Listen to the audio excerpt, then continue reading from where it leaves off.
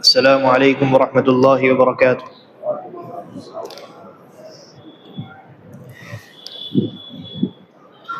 سامنے کی طرف آ کر کے بیٹھ جائیے، دائیں بائیں سے سامنے کی طرف آ جائیے تو یہ بہتر ہوتا ہے۔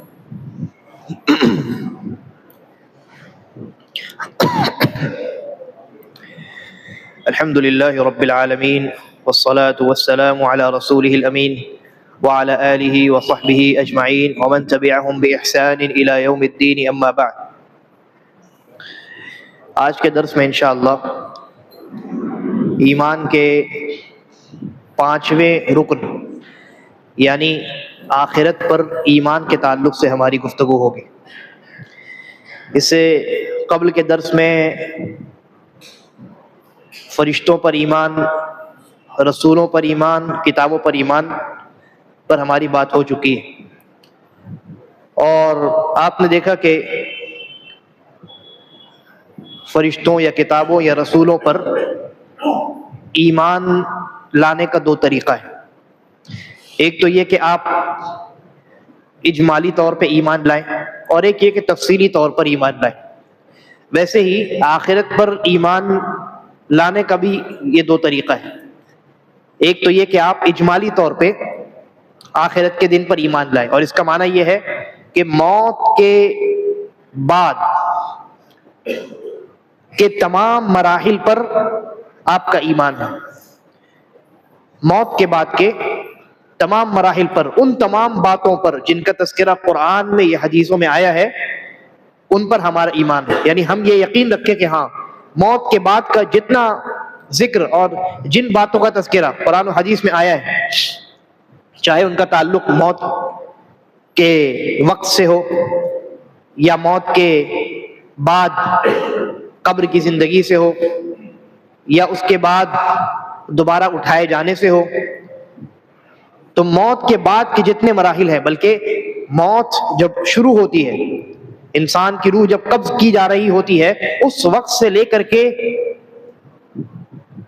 جتنے مراحل سے انسان گزرتا ہے اور جن باتوں کا ذکر قرآن و حدیث میں آیا ہے، ان تمام باتوں پر ایمان رکھنا اور ان کو سچ ماننا، یقین جاننا، یہ آخرت کے دن پر ایمان ہے۔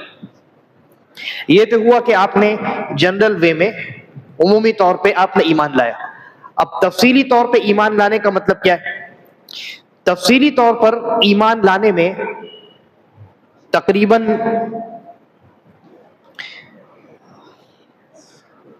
10 سے 15 چیزوں پر ایمان لانا شامل ہے۔ سب سے پہلے تو یہ کہ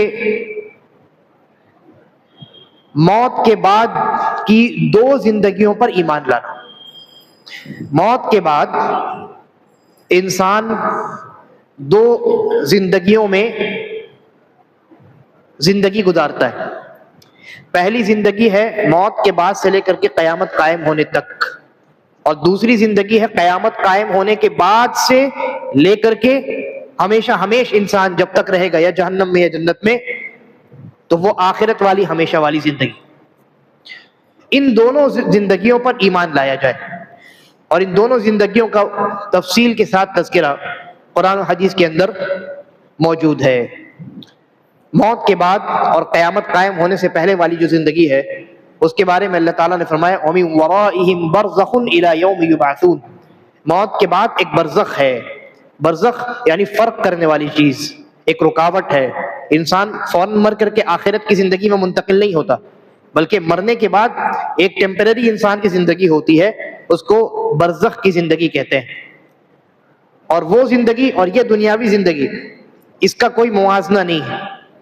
اس زندگی میں کیا ہوتا ہے، کیسے ہوتا ہے، اس کو آپ اس زندگی پر قیاس نہیں کر سکتے۔ یعنی انسان اس دنیا میں جو زندگی گزارتا ہے، تو یہاں انسان ایک وقت کے اندر رہتا ہے، ایک جگہ میں رہتا ہے، اور فزکس کے لاز ہیں، ان کے مطابق ہر کچھ ہوتا ہے۔ لیکن اس زندگی میں یہ جو قوانین دنیا کے ہیں، فزکس کے جو لاز ہیں، وہ وہاں پر اپلائی نہیں ہوتے۔ وہاں کے قاعدے، وہاں کے قوانین ہم نہیں جانتے۔ تو سب سے پہلے تو ان دونوں زندگیوں پر ایمان لانا ہے، موت کے بعد سے لے کر کے قیامت قائم ہونے تک کی زندگی، اور قیامت قائم ہونے کے بعد سے لے کر کے ہمیشہ ہمیش والی جو زندگی ہے اس زندگی پر. پھر اس کے بعد تفصیل میں آئیے تو موت کے بعد قبر کی زندگی ہے، جیسا کہ میں نے کہا برزخ کی زندگی، قبر کی آزمائش ہے، قبر کی نعمتیں ہیں، موت کے بعد دوبارہ زندہ کیا جانا ہے، ان باتوں پر ایمان. اور جب انسان دوبارہ زندہ کیا جائے گا، یعنی میدان محشر میں انسان کو جب دوبارہ اٹھایا جائے گا، تو میدان محشر میں بہت ساری ایسی چیزیں ہیں جن پر ایمان لانا ضروری. ان میں حساب و کتاب ہے، حوض کوثر ہے، اسی طرح میزان کا قائم کیا جانا ہے. میزان یعنی ترازو، اللہ تعالیٰ ترازو قائم کرے گا قیامت کے دن، اور اس بات پر ایمان لانا کہ اس ترازو میں انسان کے اعمال تولے جائیں گے. اسی طرح انسان کے نامہ اعمال کو تولا جائے گا، اس کی تفصیل آئے گی انشاءاللہ. اور اسی طرح خود بعض انسانوں کو بھی تولا جائے گا. تو ان تینوں چیزوں پر ایمان. اس کے بعد جہنم کے اوپر بچھائے گئے اس پل پر ایمان، جس پر سے ہو کر کے ہر ایک انسان کو گزرنا ہے، جس کو پل صراط کہتے ہیں. اس کے بعد قیامت کے میدان میں ہونے والی شفاعتوں پر ایمان. گنہگاروں کے حق میں شفاعتیں ہوں گی، رسول بھی شفاعت کریں گے، فرشتے بھی شفاعت کریں گے، کچھ نیک مومن مرد و خواتین بھی شفاعت کریں گے، اس پر ایمان.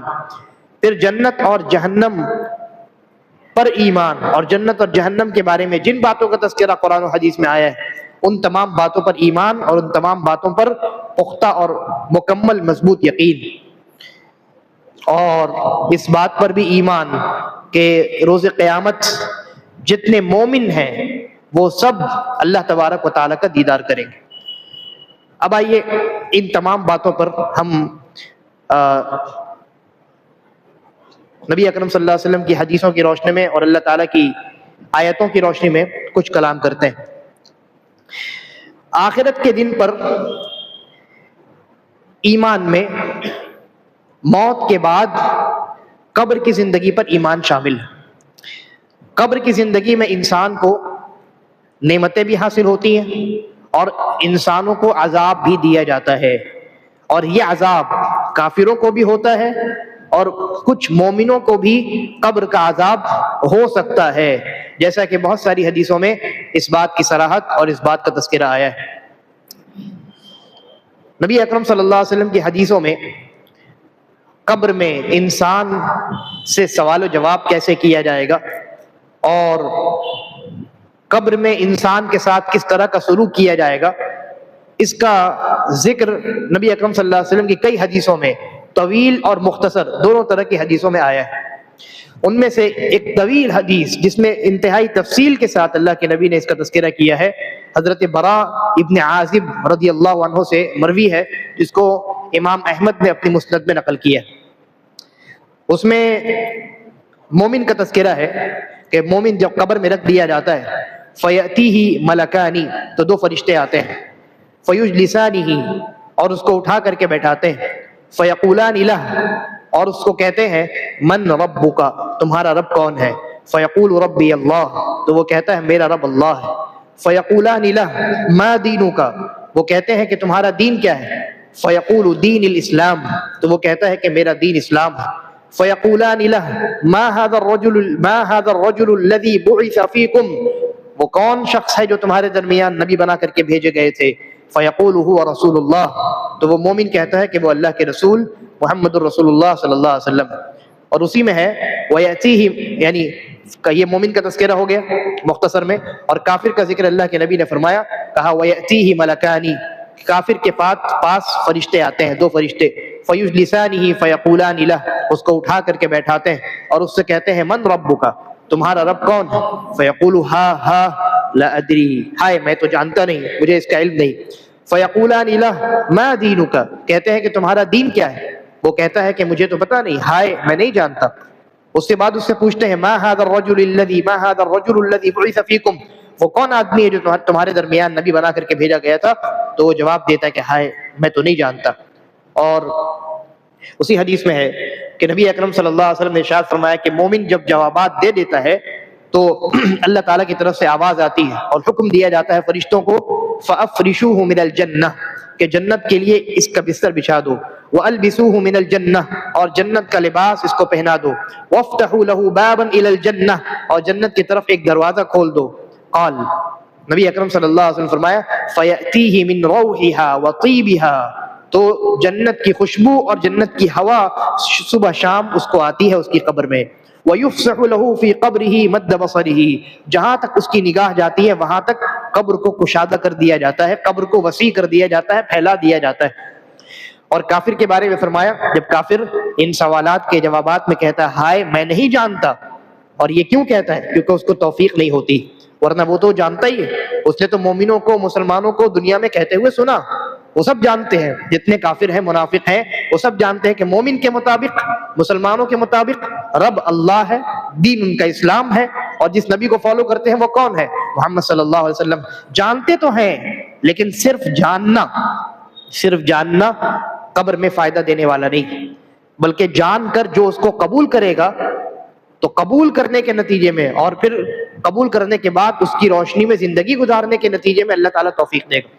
تو جب کافر جواب دیتا اور کہتا کہ ہائے میں نہیں جانتا، تو نبی اکرم صلی اللہ علیہ وسلم فرماتے ہیں فرشتوں کو حکم دیا جاتا ہے فَأَفْرِشُوا لَهُ مِنَ النَّارِ کہ اس کے لیے جہنم کا یعنی آگ کا بستر بچھا دو، وَافْتَحُوا لَهُ بَابًا إِلَى النَّارِ اور اس کے لیے جہنم کی طرف ایک دروازہ کھول دو، فَيَأْتِيهِ مِنْ حَرِّهَا وَسَمُومِهَا صبح شام جہنم کی گرم ہوا اور جہنم کی بدبو اسے آتی رہتی، وَيُضَيَّقُ عَلَيْهِ قَبْرُهُ اور اس کی قبر کو مضیق کر دیا جاتا ہے، یعنی کہ بالکل تنگ کر دیا جاتا ہے، اتنی تنگ ہو جاتی ہے قبر حتی تختلف اضلاعه کہ اس کی جو ہڈیاں ہیں، ریڑھ کی ہڈیاں ہیں، پسلی کی ہڈیاں ہیں، یہ پسلی کی ہڈیاں تو پسلی کی ہڈیاں آپس میں مختلف ہو جاتی ہیں، آپس میں مل جاتی ہیں، یعنی زمین خوب کس کر کے دبوچتی ہے اور اس کو عذاب ہوتا ہے، یہ عذاب کی ایک شکل ہے۔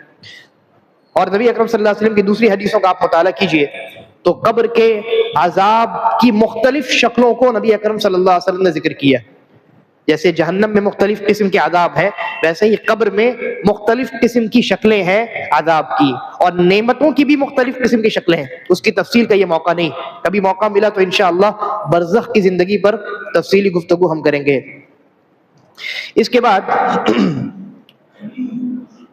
اچھا قرآن مجید میں اگر آپ نظر دوڑائیے تو وہاں بھی عذاب قبر کا تذکرہ ہے، وہاں بھی کچھ لوگ ہیں جو عذاب قبر کا انکار کرتے ہیں، کہتے ہیں کہ قرآن میں نہیں، حالانکہ قرآن میں ہے لیکن آپ نے سمجھا نہیں۔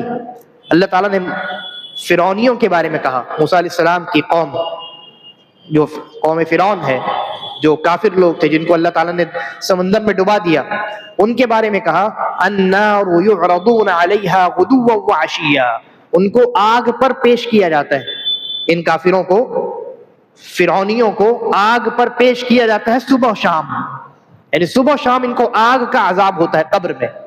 اب ظاہر ہے کہ ابھی تو حساب و کتاب ہوا نہیں، قیامت تو قائم ہوئی نہیں، کوئی انسان جنت اور جہنم میں تو گیا نہیں، تو یہاں کس عذاب کا ذکر ہو رہا ہے؟ آگے اللہ تعالیٰ نے خود فرمایا وَيَوْمَ تَقُومُ السَّاعَةُ اور جب قیامت قائم ہوگی تو کہا جائے گا ادخلوا آل فرعون اشد العذاب، اے فرعون والوں یعنی اے فرعونیوں سخت ترین سب سے زیادہ سخت ترین عذاب میں داخل ہو جاؤ، یعنی جہنم میں داخل ہو جاؤ۔ تو جہنم میں ابھی وہ داخل نہیں ہوئے، جہنم میں داخل ہونے سے پہلے ان کو عذاب ہو رہا ہے، کون سا عذاب؟ قبر کا عذاب۔ اچھا ایک نقطہ اور ہے کہ بعض لوگ یہ سمجھتے ہیں کہ قبر کا عذاب انہی لوگوں کو ہوگا جو قبر میں دفن کیے جائیں، جبکہ فرعونیوں کو کس نے دفن کیا؟ وہ تو غرقاب ہو گئے تھے، وہ تو پانی میں ڈوب گئے تھے، تو کوئی انسان پانی میں ڈوب جائے، قبر میں دفن کیا جائے، آگ سے جلا دیا جائے یا اس کو ہوا میں اڑا دیا جائے، قبر کا عذاب ہو کر کے رہے گا، قبر کا عذاب ہو کر کے رہے گا۔ اور جہاں تک نعمتوں کی بات، قبر کی نعمتیں یا آپ کہہ لیجئے کہ برزخ کی نعمتیں، تو ہر مومن کو قبر کی نعمتیں حاصل ہوتی، جیسا کہ ذکر کیا گیا کہ اس کے لیے جنت کا لباس پہنا دیا جاتا ہے اس کو، اور جنت کا بستر بچھا دیا جاتا ہے، جنت کی ہوا آتی ہے، اس کے علاوہ اللہ تعالیٰ اس کی روح کو ایک پرندے کی شکل میں منتقل کر دیتا ہے، یا ایک پرندے کی طرح اس کی روح کو بنا دیتا ہے، اور وہ پرندہ جنت کے درختوں میں رہتا ہے، نبی اکرم صلی اللہ علیہ وسلم کی حدیث ہے اور یہ بڑی عظیم الشان حدیث ہے، بڑی عظیم الشان حدیث ہے۔ امام احمد ابن حنبل رحمہ اللہ ائمہ اربع میں سے چوتھے امام ہیں۔ ان سے پہلے کون ہے؟ امام شافعی۔ ان سے پہلے کون ہے؟ امام مالک۔ اور ان سے پہلے کون ہے؟ امام ابو حنیفہ۔ تو امام احمد نے یہ روایت بیان کی ہے اپنے استاد امام شافعی سے۔ امام شافعی امام احمد کے استاد ہیں، اور امام شافعی نے یہ روایت بیان کی اپنے استاد امام مالک سے، یعنی ائمہ اربعہ میں سے 3 ائمہ جمع ہو گئے، اور پھر آگے سند ہے اس میں یہ سلسلہ پہنچتا ہے حضرت عبداللہ ابن مسعود، حضرت ابی ابن کعب، حضرت عبد الرحمن ابن کعب ابن مالک کہتے ہیں کہ حضرت کعب ابن مالک، یہ صحابی ہے، کعب ابن مالک رضی اللہ عنہ روایت کرتے ہیں، نبی اکرم صلی اللہ علیہ وسلم نے ارشاد فرمایا انما نسمۃ المؤمن طائر، کہ مومن جو ہے، مومن کی روح جو ہے وہ ایک پرندے کی شکل اختیار کر لیتی ہے، یعلق فی شجر الجنہ، جنت کے درخت میں، جنت کے درخت کو یعلق یعنی یأکل، کہ جنت کے کسی درخت میں اس کو ٹھکانہ دے دیا جاتا ہے، اور جنت کے اس درخت میں رہ کر کے وہ جنت کے اس درخت کا پھل کھاتا ہے، یعنی وہ روح اس جنت کے اس درخت سے جو چاہتی ہے کھاتی ہے، اور یہ صورتحال قیامت تک رہے گی۔ فرمایا حتی یرجعہ اللہ تبارک و تعالی الی جسدہ یوم یبعثہ، یہ مومن کی روح ایک پرندے کی شکل میں جنت کے ایک درخت پر کب تک رہے گی، کب تک اس کا پھل کھاتی رہے گی؟ جب تک اللہ تعالیٰ اس کو اس کے جسم میں قیامت کے دن، یعنی جس دن اس کو دوبارہ زندہ کرے گا، اللہ رب العالمین لوٹا نہیں دیتا۔ اور یہ تو بات ہوئی ہر مومن کی، لیکن مومنوں میں جو شہید ہوتے ہیں، جو شہداء ہیں، جو فی سبیل اللہ شہید ہو گئے جہاد کرتے ہوئے، قتال کرتے ہوئے، ان کی فضیلت یہ بتائی گئی ہے کہ ان کی روح بھی ایک پرندے کی شکل میں ہوتی ہے، لیکن وہ کسی درخت سے جڑی ہوئی نہیں ہوتی، بلکہ اللہ رب العالمین کی اس روح کو اجازت ہوتی ہے کہ وہ جنت میں جہاں چاہے پھرے، جنت میں جہاں چاہے اڑے اور پھرے، اور دیکھے کہ اللہ تعالیٰ نے اس کے لیے کون کون سی بہترین، اعلیٰ ترین، شاندار نعمتیں تیار کی، اور پھر قیامت کے دن ان روحوں کو ان کے جسموں میں داخل کیا جائے گا، اور ان کے جسموں کے ساتھ ان کو جنت میں داخل ہونے کا پروانہ ان کو عطا کیا جائے گا۔ ایمان بالیوم الآخر میں موت کے بعد دوبارہ اٹھایا جانا، اس پر ایمان لانا بھی ضروری ہے، اور قرآن مجید میں اللہ تعالیٰ نے تفصیل سے اس کا تذکرہ فرمایا کئی مقامات پر۔ سورہ الزمر میں بھی اللہ نے اس کا ذکر کیا ہے، سورہ الانشقاق میں بھی ذکر کیا ہے، بلکہ 30ویں پارے کے کئی صورتوں میں اور 29ویں پارے کی کئی صورتوں میں اللہ تعالیٰ نے اس کا ذکر کیا ہے۔ ایک جگہ اللہ رب العالمین کا فرمان ہے کہ انسانوں کو کیسے اٹھایا جائے گا، کہا وَنُفِخَ فِي الصُّورِ، کہ سور میں پھونک مارا جائے گا، فَصَعِقَ مَنْ فِي السَّمَاوَاتِ وَمَنْ فِي الْأَرْضِ إِلَّا مَنْ شَاءَ اللَّهُ، تو زمین و آسمان میں جتنی مخلوقات ہیں وہ سب کی سب بے ہوش ہو جائیں گی، مر جائیں گی، سوائے ان چند مخلوقات کے جن کو اللہ تعالیٰ باقی رکھنا چاہے گا۔ کچھ ایسی مخلوقات ہوں گی، ممکن ہے کہ وہ فرشتے ہوں، جن کو اللہ تعالیٰ باقی رکھے گا، سور کا اثر ان کے اوپر نہیں ہوگا، اور ان میں سب سے پہلے حضرت اسرافیل ہیں جو سور پھونکنے والے ہیں، کیونکہ دوبارہ ان کو سور پھونکنا ہے۔ فرمایا ثم نفخ فیہ اخرى، پھر دوسری مرتبہ سور پھونکا جائے گا، تو جتنے لوگ ہیں، جتنی مخلوقات ہیں، خاص کر کے انسان اور جنات، یہ سب کے سب کھڑے ہو جائیں گے اور اللہ تعالیٰ کے سامنے حاضر ہونے کے لیے دوڑ پڑیں گے۔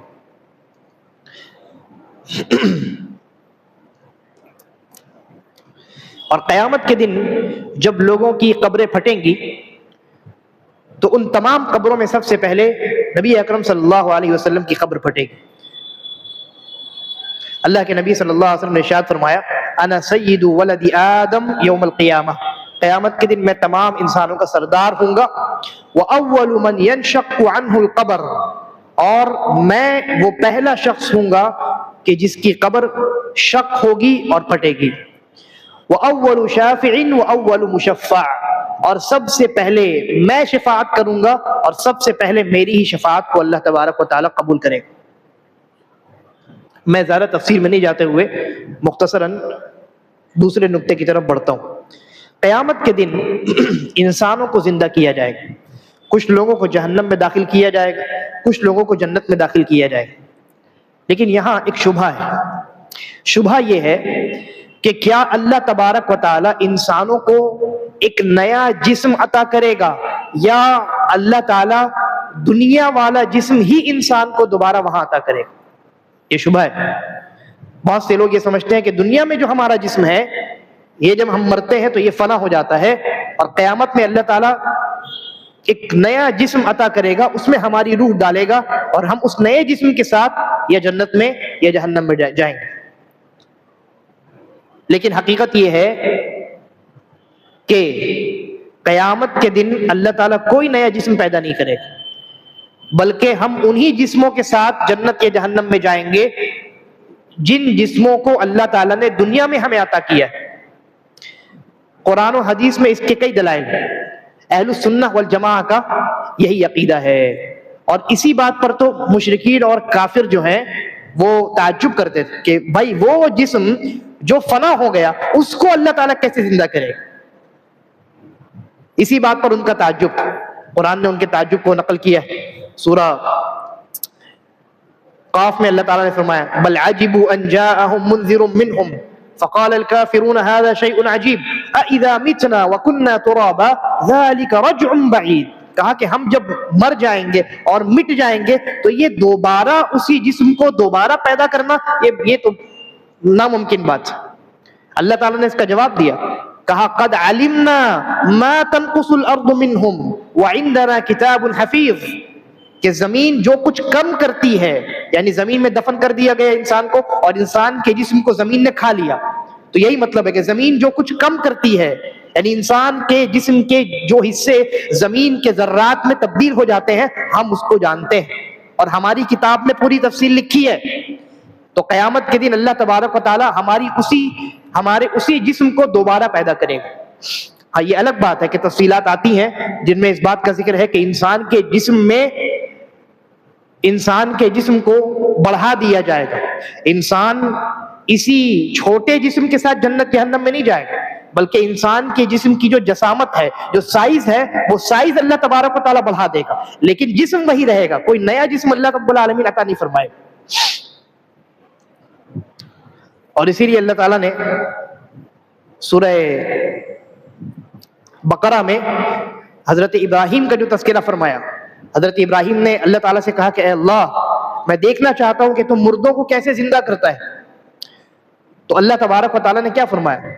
کہا کہ ایک کام کرو، خذ اربعۃ من الطیر، 4 پرندوں کو لو، فصرہن الیک، ان 4 پرندوں کو ذبح کر دو، اور ان 4 پرندوں کے مختلف حصوں کو مختلف پہاڑوں پر ڈال دو، ثم ادعوہن، پھر اس کے بعد ان کو آواز دو. اور روایات میں آتا ہے، بعض تفسیری روایات میں ابن عباس وغیرہ سے منقول ہے کہ حضرت ابراہیم نے پرندوں کے سر کو اپنے پاس رکھا اور باقی دھڑ کو ٹکڑے ٹکڑے کر دیا اور اس کو آپس میں ملا دیا اور اس کو 4 پہاڑوں پر ڈال دیا. اللہ تعالیٰ نے فرمایا ثم ادعوہن، پھر ان کو آواز دو، یأتینک سعیا، تو وہ چلتے ہوئے تمہارے پاس دوڑتے ہوئے آ جائیں گے. تو آپ غور کیجئے، اللہ تعالیٰ نے احیاء الموتى، مردے کو دوبارہ زندہ کرنے پر کون سی مثال بیان کی ہے؟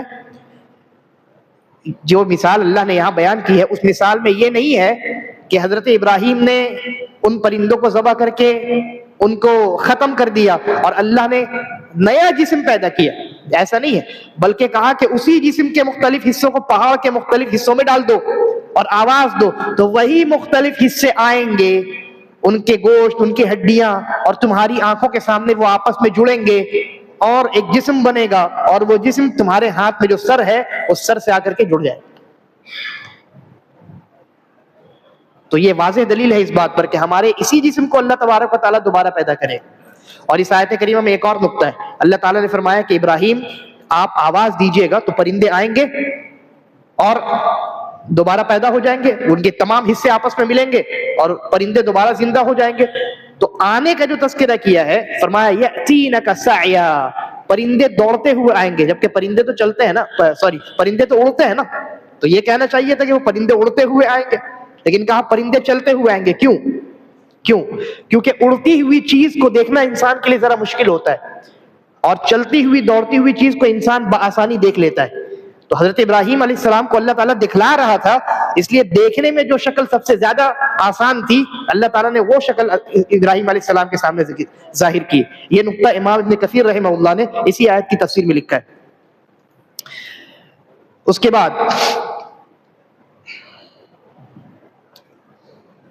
کے بعد اور بھی کئی آیتیں، وہ ان تمام آیتوں کو آپ جمع کر لیجئے جن میں اللہ تعالیٰ نے اس بات کی خبر دی ہے کہ انسان کے ہاتھ، انسان کے پیر، انسان کی یہ چمڑی، انسان کی یہ زبان انسان کے خلاف گواہی دے گی۔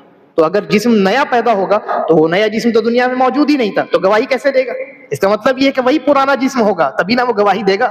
وہ پرانا جسم جس کے ساتھ انسان دنیا میں زندہ تھا، اور اس جسم نے انسان کو گناہ کرتے ہوئے دیکھا اور اس کے گناہ پر گواہ ہو گیا، وہی جسم، وہی زبان، وہی ہڈی، وہی ہاتھ، وہی پیر، وہی چمڑی انسان کے خلاف قیامت کے دن گواہی دے۔ اس کے علاوہ بھی کئی دلائل ہیں، کئی بے شمار دلائل اس سلسلے میں منقول ہیں۔ اس کے بعد ایمان بالیوم الآخر میں یہ بھی شامل ہے کہ انسان اس بات پر ایمان لائے کہ قیامت کے دن اللہ تبارک و تعالی کئی لوگوں کو شفاعت کرنے کا حق دے گا، اور ان میں سب سے بڑی شفاعت جو ہوگی وہ جناب محمد الرسول اللہ صلی اللہ علیہ وسلم کی شفاعت ہوگی، جیسا کہ صحیح بخاری، صحیح مسلم اور دیگر کتب حدیث میں شفاعت عظمی یعنی سب سے بڑی شفاعت کی ایک پوری تفصیل اللہ کے نبی صلی اللہ علیہ وسلم نے خود بیان فرمائی کہ لوگ جو ہے، جو بڑے بڑے انبیاء ہیں، حضرت نوح ہے، حضرت آدم ہے، حضرت نوح ہے، حضرت ابراہیم ہے، حضرت موسیٰ ہے، حضرت عیسیٰ ہے، ان تمام کے پاس جائیں گے اور کہیں گے کہ آپ اللہ تعالیٰ سے شفاعت کیجئے، اللہ تعالیٰ حساب کتاب شروع کرے۔ تمام انبیاء انکار کریں گے۔ پھر رسول اللہ صلی اللہ علیہ وسلم کے پاس لوگ جائیں گے، اللہ کے نبی صلی اللہ علیہ وسلم کو اللہ تبارک و تعالیٰ، اللہ کے نبی صلی اللہ علیہ وسلم سجدے میں گر پڑیں گے، اور بہت لمبا سجدہ ہوگا، ایک سجدہ ایک ہفتے کا ہوگا۔ اس کے بعد 3 مرتبہ سجدہ ہوگا، اور تیسری مرتبہ میں ہر مرتبہ میں اللہ تعالیٰ آپ کو اجازت دے گا، لیکن اللہ کے نبی جذبہ شکر کی وجہ سے بار بار سجدے میں گریں گے۔ اللہ تعالیٰ اپنے نبی کو مقام محمود پر فائز کرے گا، اور اس مقام پر فائز ہو کر کے نبی اکرم صلی اللہ علیہ وسلم کی شفاعت کریں گے، تو حساب و کتاب شروع ہوگا۔ اس کے بعد نبی اکرم صلی اللہ علیہ وسلم کئی لوگوں کے حق میں شفاعت کریں گے، یعنی کئی طرح کی وہاں شفاعتیں ہوں گی، اور اللہ رب العالمین کے حساب و کتاب کے بعد یہ شفاعتیں ہوں گی۔ حساب و کتاب کے بعد پہلے اللہ تعالیٰ حساب و کتاب کرے گا، اور رزلٹ سنا دیا جائے گا کہ یہ آدمی جنتی، یہ آدمی ہے تو جنتی لیکن تھوڑے ٹائم کے لیے جہنم میں ڈالا جائے گا، اور یہ آدمی ہمیشہ کے لیے جہنم میں ڈالا جائے گا، یا یہ آدمی معاف کر دیا گیا، اس کو تمام گناہ اس کے معاف کر دیے گئے اور اس کو جنت میں داخل کر دیا گیا۔ تو یہ حساب و کتاب جب مکمل ہو جائے گا تو نبی اکرم صلی اللہ علیہ وسلم اور فرشتے اور مومن حضرات شفاعت کریں گے۔ اسی طرح اس کی تفصیل میں نہیں جاتا ہوں کیونکہ کئی چیزیں ہیں اور وقت زیادہ نہیں۔ اسی طرح ایمان بالیوم الآخر میں نبی اکرم صلی اللہ علیہ وسلم کا جو حوض ہے، حوض کوثر، اس پر ایمان لانا ضروری ہے۔ اس کی تفصیل بھی کئی حدیثوں میں آئی ہے، جیسا کہ صحیح بخاری کی ایک روایت ہے، اس میں ہے نبی اکرم صلی اللہ علیہ وسلم کا ارشاد، حوضی مسیرۃ شہر، کہ مجھے جو حوض عطا کیا جائے گا وہ اس کی مسافت، اس کی جو مسافت ہے، دوری ہے، یعنی ایک کنارے سے دوسرے کنارے تک کی دوری 1 مہینے کے برابر ہے۔ اور دوسری روایت میں وَزَوَایَاهُ سَوَاءٌ، کہ اس کے کنارے جو ہیں وہ سب برابر ہیں۔ اور ایک تیسری روایت میں اور واضح لفظ ہے، کہا عرضه مثل طوله، کہ لمبائی اور چوڑائی اس حوض کی برابر ہے، یعنی اسکوائر حوض ہے، اسکوائر حوض ہے۔ تو ایک کنارے سے دوسرے کنارے تک کی جو دوری ہے وہ 1 مہینے کے برابر ہے۔ اور فرمایا ماؤه ابیض من اللبن، اس کا پانی دودھ سے زیادہ سفید۔ اور دوسری روایت میں ماؤه ابیض من الورق، کہ چاندی سے زیادہ سفید ہے وہ پانی۔ وریحه اطیب من المسک، اور اس کی خوشبو مسک یعنی مشک سے زیادہ بہترین ہے۔ وَكِيزَانُهُ كَنُجُومِ السَّمَاءِ، اور اس میں جو پیالے ہیں پینے کے لیے وہ آسمان کے ستاروں کی طرح ہے، آسمان کے ستاروں کی طرح ہے، مطلب تعداد میں بھی اور خوبصورتی میں بھی، چمک میں بھی۔ جس طرح آسمان میں بے شمار ستارے ہیں ویسے ہی بہت سارے پیالے ہیں۔ اور جس طرح آسمان کے ستارے چمکتے دمکتے ہیں، روشن ہیں، اسی طرح وہ جو پیالے ہیں وہ چمکتے دمکتے روشن۔ من شرب منها فلا يظمأ احدا، جس نے ایک مرتبہ اس سے پی لیا تو کبھی وہ انسان پیاسا نہیں ہوگا۔ ایمان بالیوم الآخر میں وزن کیے جانے پر اور میزان کے نصب کیے جانے، میزان کے قائم کیے جانے پر ایمان لانا واجب ہے۔ اور جیسا کہ میں نے عرض کیا کہ انسان کے اعمال بھی تولے جائیں گے، انسان کا نامہ اعمال بھی تولا جائے گا، کچھ انسان بھی تولے جائیں گے۔ تینوں کی ایک ایک دلیل دیکھیے۔ اللہ رب العالمین فرماتا ہے جہاں تک ایمان انسان کے اعمال کی بات ہے تو اللہ رب العالمین نے فرمایا، سورہ القاریہ کی میں آیت پڑھتا ہوں، اس طرح کی آیتیں کئی مقامات پر ہیں لیکن آسان ترین آیت اللہ تعالیٰ نے فرمایا فَأَمَّا مَنْ ثَقُلَتْ مَوَازِينُهُ، کہ جس کے یہ نامہ اعمال کی مثال ہے، جس کے نامہ اعمال یہ اعمال کی مثال ہے کہ جس کی نیکیاں فَمَنْ ثَقُلَتْ مَوَازِينُهُ، جس کی نیکیاں بھاری ہو جائیں گی فَهُوَ فِي عِيشَةٍ رَاضِيَةٍ، تو وہ خوشگوار زندگی میں رہے گا۔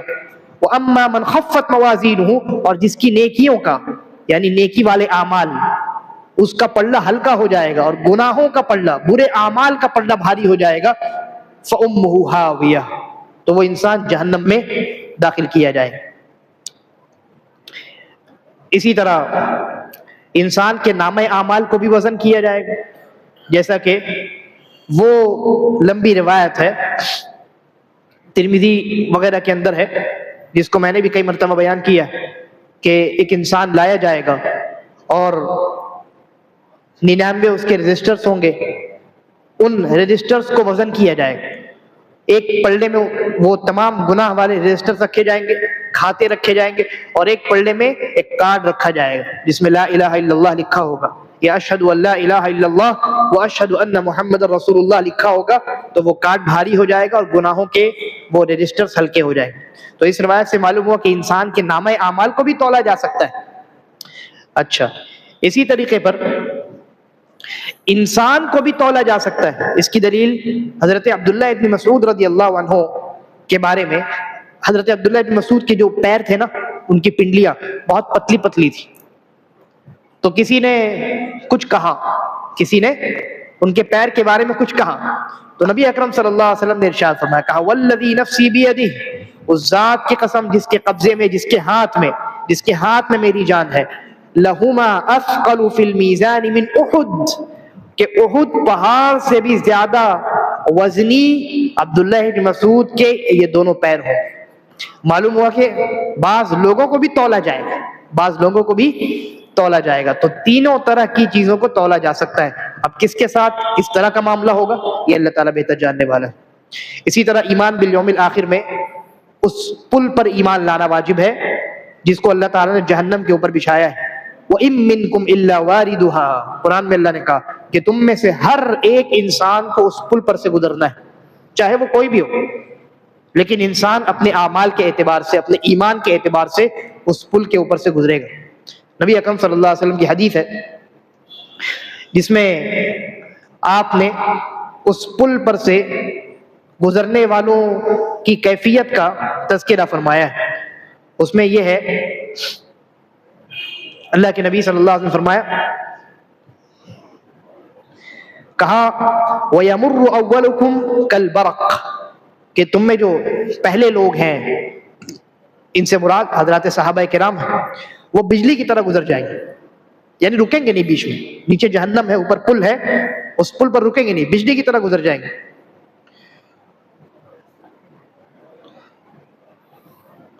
ثم کمر الريح، پھر دوسری جماعت آئے گی، وہ تیز ہوا کی طرح گزر جائے گی۔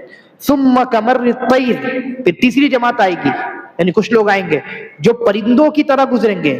پرندوں کے گزرنے میں اور ہوا کے گزرنے میں فرق ہے۔ وشد الرجال، اور کچھ لوگ آئیں گے جو سوار لوگ جو ہوتے ہیں، تیز رفتار سواری پر جو لوگ سوار ہوتے ہیں، ان کی طرح گزر جائیں گے۔ تجری بہم اعمالہم، ان کو لے کر کے کون چلے گا؟ ان کے اعمال۔ وَنَبِيُّكُمْ قَائِمٌ عَلَى الصِّرَاطِ يَقُولُ، اور تمہارے نبی یعنی رسول اللہ صلی اللہ علیہ وسلم پل صراط پر کھڑے رہیں گے اور اللہ تعالیٰ سے دعا کرتے رہیں گے، ربی سلم سلم، ربی سلم سلم، اے اللہ بچا لے، اے اللہ میری امت کو بچا لے۔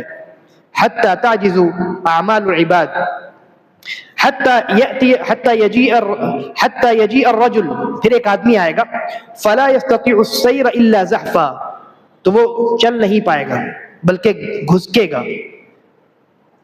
اور کچھ لوگ ایسے ہوں گے جو کٹ کر کے جہنم میں گر پڑیں گے. یعنی لوگوں کی الگ الگ جماعتیں ہوں گی. کچھ لوگ تیز رفتاری کے ساتھ گزر جائیں گے، کچھ گھوڑ سوار کی طرح گزر جائیں گے، کچھ ہواؤں کی طرح گزریں گے، کچھ پرندوں کی طرح گزریں گے، کچھ تیز رفتار سواری پر چلنے والوں کی طرح گزریں گے، کچھ گزریں گے لیکن گھسک گھسک کر کے گزریں گے، اور کچھ ایسے ہوں گے جو کٹ کر کے گر پڑیں گے. تو اس پل پر سے ہم میں سے ہر انسان کو گزرنا ہے.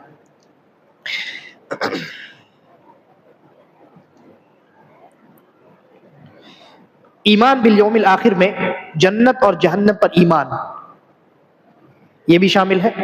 اس بات پر ایمان کہ جنت اور جہنم موجود ہے، اور اس بات پر ایمان کہ جنت اور جہنم یہ دونوں ہمیشہ رہنے والی مخلوق ہے. جنت اور جہنم کو اللہ تعالیٰ کبھی فنا نہیں کرے گا. یہ خود اللہ تعالیٰ نے ہمیں خبر دی. قرآن مجید میں آپ پڑھتے ہیں نا، اولئک اصحاب النار ہم فیہا خالدون، اولئک اصحاب الجنہ ہم فیہا خالدون، کہ جنت والے ہمیشہ جنت میں رہیں گے، جہنم والے ہمیشہ جہنم میں رہیں گے. تو جب جنتی اور جہنم والے، جنتی اور جہنمی ہمیشہ رہیں گے، تو اس کا مطلب یہ ہے کہ جنت اور جہنم بھی ہمیشہ رہنے والی مخلوق ہے. لیکن وہ مخلوق ہے.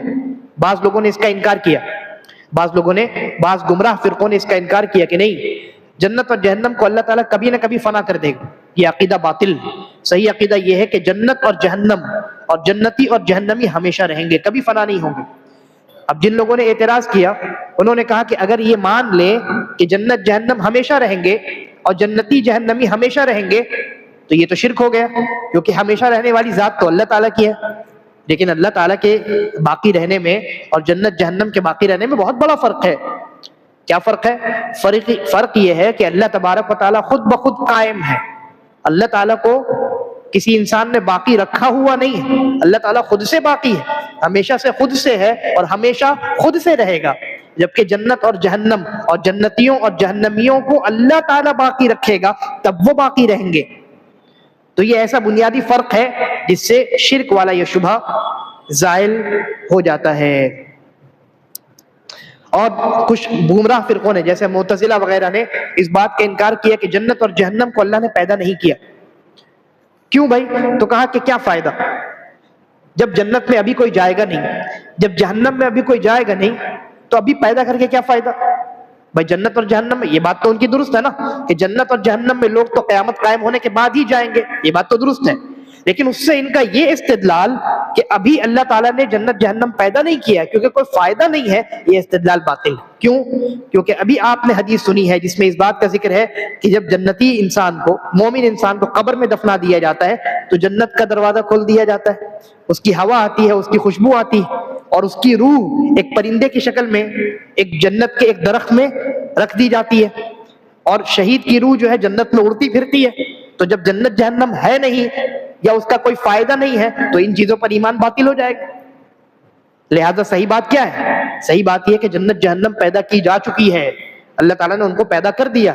اور یہ بھی بات غلط ہے کہ ان کا کوئی فائدہ نہیں، فائدہ تو ہے نا، فائدہ ہے. نیک انسان کو اس کی موت کے بعد سے ہی جنت کی نعمتیں ملنا شروع ہو جاتی ہیں، گرچہ وہ داخل نہیں ہوا.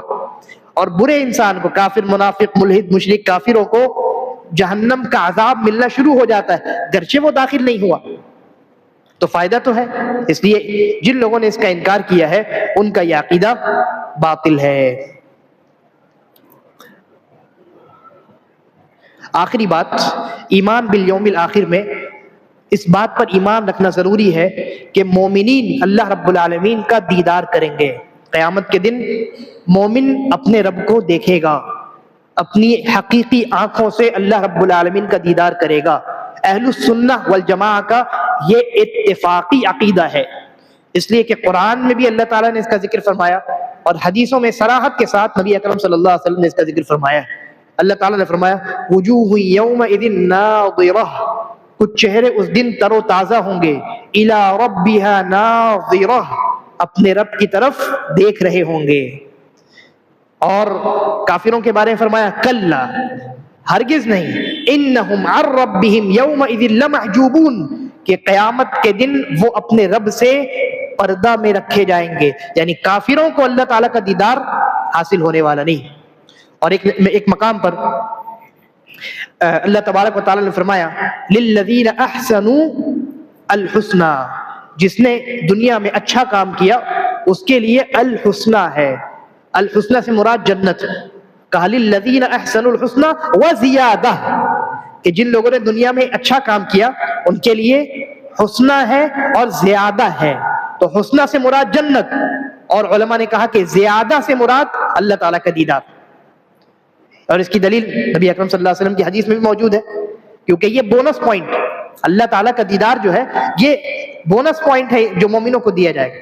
نبی اکرم صلی اللہ علیہ وسلم فرمایا اذا دخل اہل الجنت الجنہ، جب جنتی جنت میں داخل ہو جائیں گے، قال یقول اللہ تبارک و تعالی تریدون شیئا ازیدکم، کیا تم اور کچھ چاہتے ہو جو میں تمہیں اپنی طرف سے دوں؟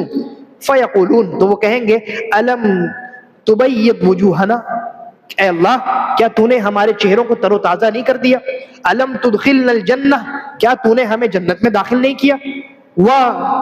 وتنجنا من النار، اور کیا تو نے ہمیں آگ سے نہیں بچایا؟ یعنی جنتی کہیں گے اور کیا چاہیے، جنت مل گئی، جہنم سے بچ گئے، اور کیا چاہیے؟ تیرا عذاب ہمیں لاحق نہیں ہوا، ہم تیری نعمتوں میں ہیں، اور کیا چاہیے؟ تو نبی اکرم صلی اللہ علیہ وسلم فرمایا فیکشف الحجاب، اللہ تعالیٰ اپنا پردہ، نور کا پردہ، اللہ تعالیٰ کا جو حجاب ہے وہ نور کا حجاب ہے۔ صحیح مسلم کی ایک حدیث ہے، نبی اکرم صلی اللہ علیہ وسلم نے کسی نے پوچھا کہ کیا آپ نے معراج کی رات اپنے رب کو دیکھا ہے؟ تو کہا نور انا اراہ، وہ تو نور ہے، میں اس کو کیسے دیکھوں؟ تو اللہ تعالیٰ کا جو حجاب ہے وہ نور کا ہے۔ نبی اکرم صلی اللہ علیہ وسلم فرمایا فیکشف الحجاب، اللہ تعالیٰ حجاب کو ہٹائے گا، یعنی پردے کو، نور کا جو پردہ ہے اس پردے کو ہٹائے گا۔ فما اعطوا شيئا احب اليهم من النظر الى ربهم عز وجل، تو جنتیوں کو اللہ کے دیدار سے بہتر کوئی چیز نہیں لگے۔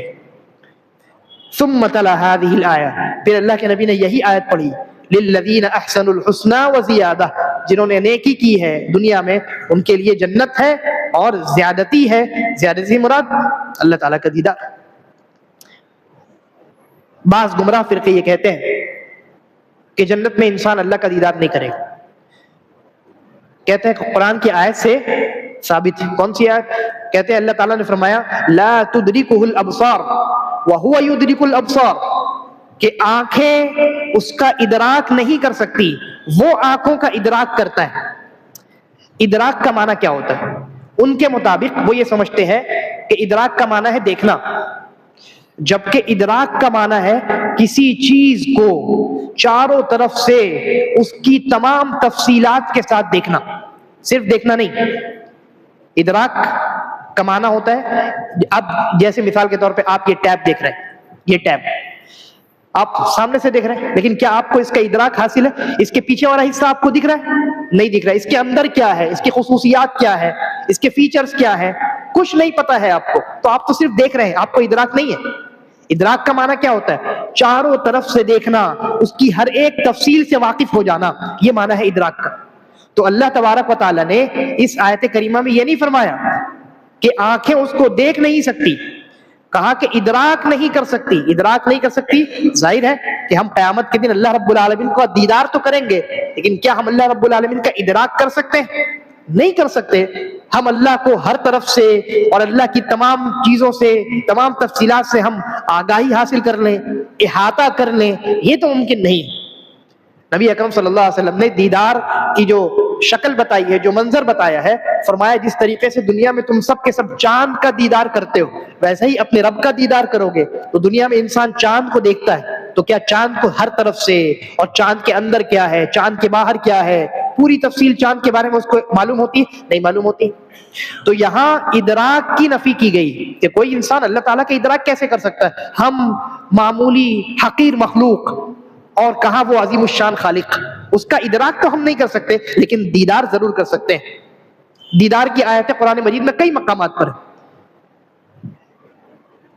کچھ دنوں قبل ڈاکٹر ذاکر نائک صاحب پاکستان گئے تھے، وہاں کسی نے ان سے پوچھا یا انہوں نے پتہ نہیں جواب دی، کوئی جواب ہی دے رہے تھے وہ، انہوں نے یہ کہا کہ تمام مومن اللہ تعالیٰ کا دیدار نہیں کریں گے، مومنوں میں جو اعلیٰ درجے والے جنتی ہوں گے صرف وہی اللہ تعالیٰ کا دیدار کریں گے۔ یہ بے بنیاد بات، کیونکہ نبی اکرم صلی اللہ علیہ وسلم نے تمام جنتیوں کا تذکرہ فرمایا۔ جب جنتی جنت میں چلے جائیں گے، اب جنت میں تو مختلف درجات ہیں، نچلا درجہ بھی ہے، درمیانہ درجہ بھی ہے، اونچا اور اعلیٰ درجہ بھی ہے۔ یہاں اللہ کے نبی نے کوئی تفصیل نہیں بتائی، کہا اہل الجنہ، اور جنتی، تو جنتی میں تمام کے تمام جنت والے شامل ہیں۔ اس لیے انہوں نے معلوم نہیں کہ انہوں نے کہاں سے یہ عقیدہ اخذ کیا، یعنی یہ قول 1400 سال میں کسی کا نہیں ہے۔ جن لوگوں نے اس تعلق سے گفتگو کی ہے انہوں نے یا تو انکار کیا ہے یا اس بات کیا، یعنی یا تو یہ کہا کہ کوئی انسان اللہ کو نہیں دیکھے گا قیامت میں، یا اہل سنہ والجماعہ کی طرح یہ کہا کہ دنیا میں تو نہیں دیکھ سکتا لیکن قیامت میں مومن ضرور دیکھیں گے۔ لیکن ان کا یہ قول کہ صرف اعلیٰ درجے والے جنتی دیکھیں گے، نچلے درجے والے جنتی نہیں دیکھیں گے، یہ قول کسی کا 1400 سال میں ہے ہی نہیں، اور کوئی صاحب علم ایسی بات کر ہی نہیں سکتا، کیونکہ اس تعلق سے ایسی کوئی بات اور ایسا کوئی ذکر نہ قرآن مجید کی کسی آیت میں ہے، نہ حدیث، تمام حدیثوں میں سے کسی ایک حدیث میں ہے، کسی بھی حدیث میں صحابہ کرام کا کوئی قول ایسا موجود نہیں ہے، تابعین اور تبع تابعین وغیرہ کسی کا کوئی قول موجود نہیں۔ یہ گمراہی انسان کے اندر کیسے آتی ہے؟ جب انسان بغیر علم کے گفتگو کرتا ہے۔ گفتگو دینی شرعی معاملے میں انسان کو کرنے کی تبھی اجازت ہے باضابطہ طور پہ لوگوں کے سامنے ظاہر ہو کر کے، جب اس نے خود باضابطہ طور پہ علم حاصل کیا۔ ڈاکٹر ڈسپنسری کھول کر کے کب بیٹھتا ہے؟ جب اس نے ڈاکٹر کی پڑھائی کی، ورنہ نالج تو مجھے بھی ہے، آپ کو بھی۔ پیٹ درد کی دوا کیا ہے، گیس کی دوا کیا ہے، بدن درد کی پین کلر کیا ہے، سب کو معلوم۔ بلڈ پریشر کی دوا کیا ہے، شوگر میں کیا کھانا چاہیے، سب کو معلوم۔ لیکن کیا ہر انسان ڈاکٹر ہے؟ نالج الگ چیز ہے، علم الگ چیز ہے۔ تو اس طرح کی جو گمراہی آتی ہے یہ بہت بڑی گمراہی ہے، یہ عقیدے کی گمراہی ہے۔ اس طرح کی جو گمراہی آتی ہے اس کی اصل جڑ اور اصل وجہ یہ ہے کہ انسان پہلے علم حاصل نہیں کرتا، سیدھا میدان دعوت میں کود جاتا ہے۔ ہم کہتے ہیں آپ کو میدان دعوت میں قدم رکھنے کا شوق ہے، بہت اچھا شوق ہے، اور اس شوق کی ہم قدر کرتے ہیں۔ اللہ تعالیٰ آپ کو اس نیت پر اجر بھی عطا کرے گا، لیکن وہ بعد کا مرحلہ ہے۔ اس سے پہلے کے مراحل آپ کو طے کرنے ہوں گے۔ آپ کو دعوت دینے کا شوق ہے، میدان دعوت میں بحیثیت داعی، بحیثیت اس اسکالر اور عالم پیش ہونے کا شوق ہے۔ شوق سے اپنے اس عمل کو، اس تمنا کو پورا کیجئے، لیکن اس سے پہلے اس مرحلے تک پہنچنے کے لیے جن چیزوں کی ضرورت ہے اس کو حاصل کر لیجئے، علم حاصل کر لیجئے۔ علماء کے پاس بیٹھ جائیے، 10 سال 15 سال ان کے پاس بیٹھ کر کے علم حاصل کیجئے۔ پہلے علوم اعلیٰ سیکھیے، یعنی وہ علوم جن کے ذریعے آپ قرآن و حدیث کو پڑھتے ہیں، ان میں عربی زبان ہے، اصول فقہ ہے، اصول حدیث ہے، اصول تفسیر ہے، یہ علوم اعلیٰ ہے۔ اعلیٰ مطلب انسٹرومنٹ جن کے ذریعے سے آپ قرآن و حدیث، اب قرآن کی ایک آیت آ گئی، آپ عربی زبان نہیں جانتے، کیسے سمجھیں گے؟ حدیث آ گئی، حدیث صحیح ہے کہ ضعیف ہے، آپ کو اصول حدیث نہیں پتا، کیسے سمجھیں گے؟ اصول تفسیر نہیں پتا، قرآن کی تفسیر کیسے کریں گے؟ ہے نا؟ فقہی مسائل پر آپ گفتگو کیسے کریں گے؟ فقہی کلام کو سمجھیں گے کیسے جب آپ کو اصول فقہ کا علم نہیں ہے، قواعد فقہیہ کا علم نہیں؟ تو اس طرح کی گمراہیوں کی جو اصل وجہ ہوتی ہے وہ یہ ہوتی ہے کہ انسان پہلے علم نہیں حاصل کرتا، ڈائریکٹ دعوت دینا شروع کر دیتا ہے۔